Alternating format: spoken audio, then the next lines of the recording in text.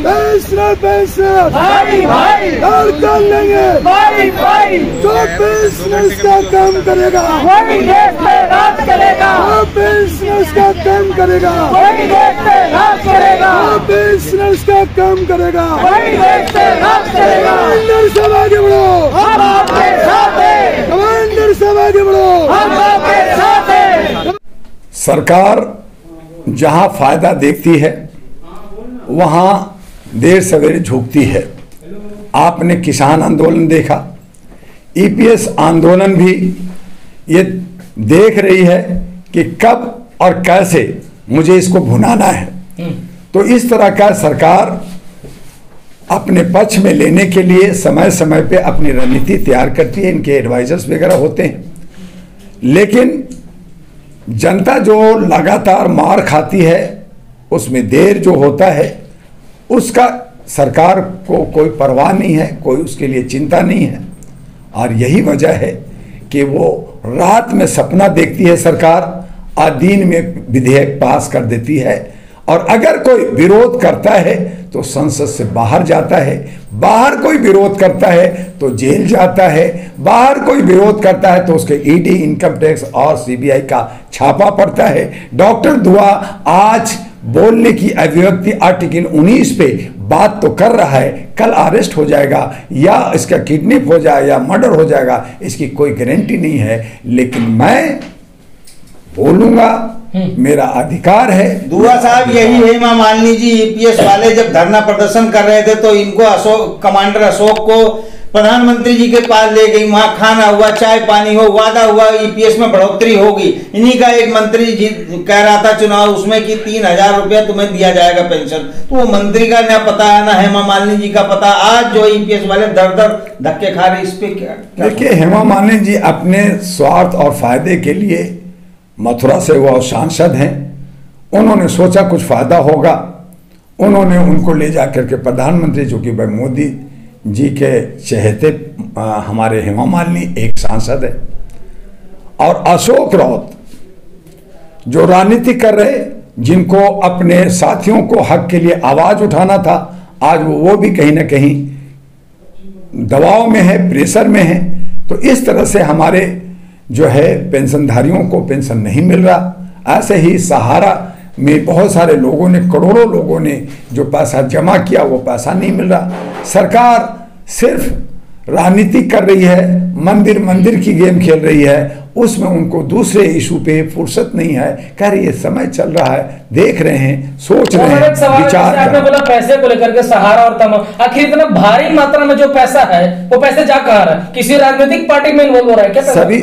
सभी जो है चुनाव में खर्च हो रहे, बड़े बड़े ऑफिसेज बन रहे हैं। आप देख रहे हैं कि मिंटो रोड पे बीजेपी का कई हजार करोड़ का क्वार्टर बना है। आप देखिए झंडेवालान में कई हजार 300 करोड़ का जो है वहां पे वो एक बड़ा हाउस ऑफिस बन रहा है।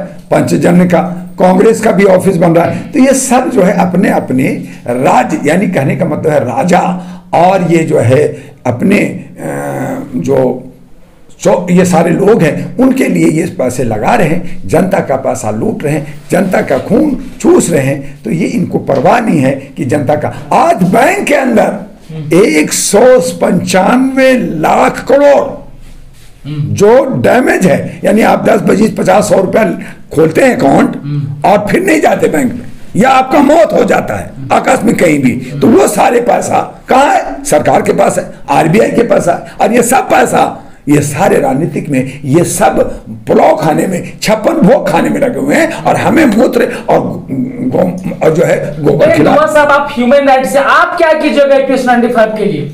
देखिए, अगर ये सारे लोग जैसे सहारा वाले हो गए, ईपीएस वाले लोग हो गए, अगर डॉक्टर दुआ से संपर्क करें तो मैं इनको सही सलाह दूंगा। मैं इनके लिए सुप्रीम कोर्ट और इंटरनेशनल कोर्ट में लड़ूंगा। ऑलरेडी सुप्रीम कोर्ट ने कह दिया 7,000 और डीए के साथ इनको पेंशन दिया जाए। सरकार है कि उनकी सुनने को तैयार नहीं, तो उसको इंप्लीमेंट करने के लिए फाइट करना होगा ना। इनके लीडर ही अगर बिक गए जैसे पिक्चरों में दुआ साहब लगातार एक हफ्ते से ईपीएस 95 को लेके धरना प्रदर्शन चल रहा था, लगातार 7 दिन चला। उनको अभी तक पार्टी के मंत्री रोज आके उनको गुमराह करके फिर वापस जर्नलिस्ट महोदय, अभी तक उनको ईमानदार लीडर नहीं मिला।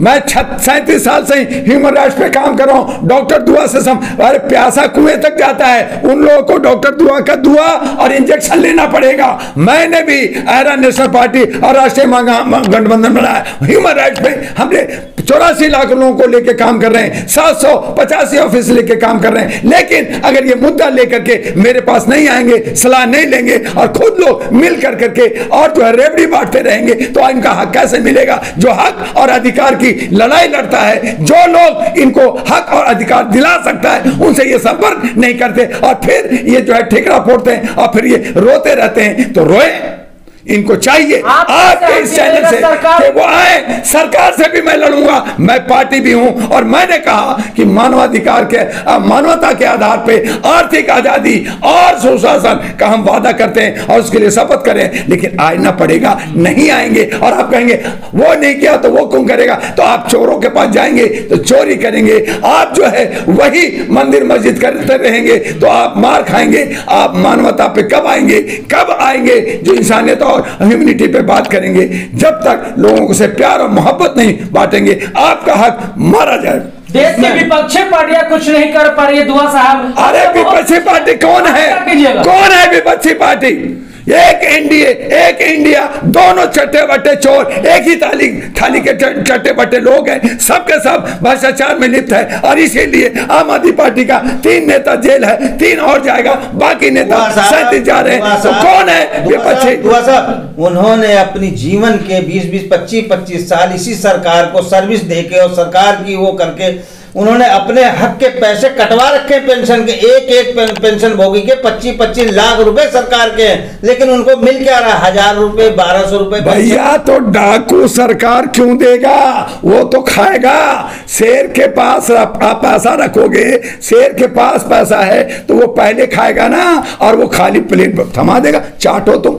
तो अब जब तक उसको अच्छे लीडर नहीं मिलेंगे, लड़ने वाले नहीं मिलेंगे, जब तक व्यवस्था, अब तक हम लोगों ने लीडर बदला, अब तक हम लोगों ने पार्टी बदली, व्यवस्था नहीं बदली। अब व्यवस्था बदलने की बात होगी। जब व्यवस्था बदलेगी उनको पैसा मिलेगा और यकीनन मिलेगा। और उसके लिए कहा आइए डॉक्टर दुआ से मिलिए। मेरा नंबर लिखिए 9213493068 और 9313125531 और तीसरा नंबर भी लिख लीजिए 9910636345 और मेरा एड्रेस भी लिख लीजिए U 137 गली नंबर 3 नियर लक्ष्मी नगर मेट्रो स्टेशन 4 सकरपुर 92। संपर्क कीजिए, आपका हक मिलेगा। समर्थन नहीं, हम उसका लीड करेंगे और उसका हक दिलाएंगे। तमाम पार्टियों की तरह आप भी फ्री का रेवड़ी बांट रहे हो। हम उसके लिए जर्नलिस्ट महोदय एफिडेविट देंगे, लिखित में एफिडेविट देंगे। अगर नहीं हुआ तो हम अपना अचल संपत्ति जनता में बांट दी जाएगी और हमारे को जेल भेज दिया जाए। ये एफिडेविट कोई नेता भरता है, मैं उसके साथ हूं। नहीं भरता, वो जो है जुमलाबाजी करता है, खाली बातें करता है और इलेक्शन के बाद, जीतने के बाद कहता है ये तो जुमलाबाजी था, ये तो जो हमारा चुनाव का स्टंट था। यही हमारे अमित शाह कहते हैं, यही हमारे देश के प्रधानमंत्री कहते हैं। और मैंने 15 लाख देने के लिए ऐसे कह दिया था, हमने ये कह दिया था। तो कहा एफिडेविट भरो, नहीं करोगे गर्दन पकड़ूंगा मैं, फिर रोड पे आपको खड़ा करूंगा, चौराहे पे खड़ा करूंगा। ये रजिस्ट्री तुमने दिया है, तुम्हें ये घर देना पड़ेगा। करे ना, किसमें हिम्मत है? तो एक नया सकारात्मक विकल्प लाना होगा देश के अंदर और ये डॉक्टर दुआ वादा करता है। ठीक है।